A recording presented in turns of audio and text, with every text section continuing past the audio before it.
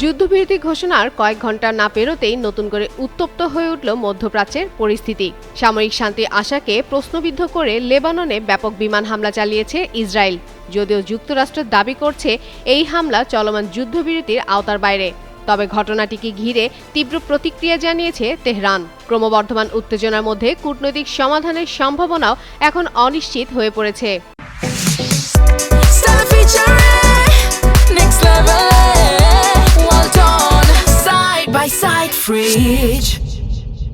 ইরানের পররাষ্ট্রমন্ত্রী Syed Abbas Araghchi লেবাননে ইসরায়েলের হামলার পর যুক্তরাষ্ট্রকে কঠোর বার্তা দিয়ে বলেন, ওয়াশিংটনকে স্পষ্টভাবে বেছে নিতে হবে তারা যুদ্ধবিরতি চায় নাকি ইসরায়েলের পক্ষে অবস্থান নেবে।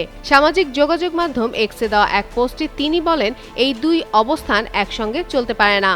আনাদোলু এজেন্সির প্রতিবেদনে বলা হয়েছে, বুধবার ইসরায়েলি বিমান বাহিনী লেবানন জুড়ে শতাধিক হামলা চালায়, যাতে অন্তত 254 জন নিহত এবং 1000-এর বেশি মানুষ আহত হয়েছেন। মাত্র 10 মিনিটের অভিযানে 50টি যুদ্ধবিমান অংশ নেয় বলে জানিয়েছে ইসরায়েলের প্রতিরক্ষা বাহিনী IDF।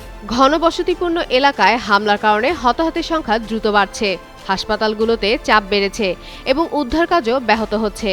এই অবস্থায় ইরান ইঙ্গিত দিয়েছে, হামলা অব্যাহত থাকলে তারা যুক্তরাষ্ট্রের সঙ্গে সাম্প্রতিক যুদ্ধবিরতি থেকে সরে আসতে পারে। পরিস্থিতি কোন দিকে মোড় নেয় এখন সেই দিকেই নজর আন্তর্জাতিক মহলের।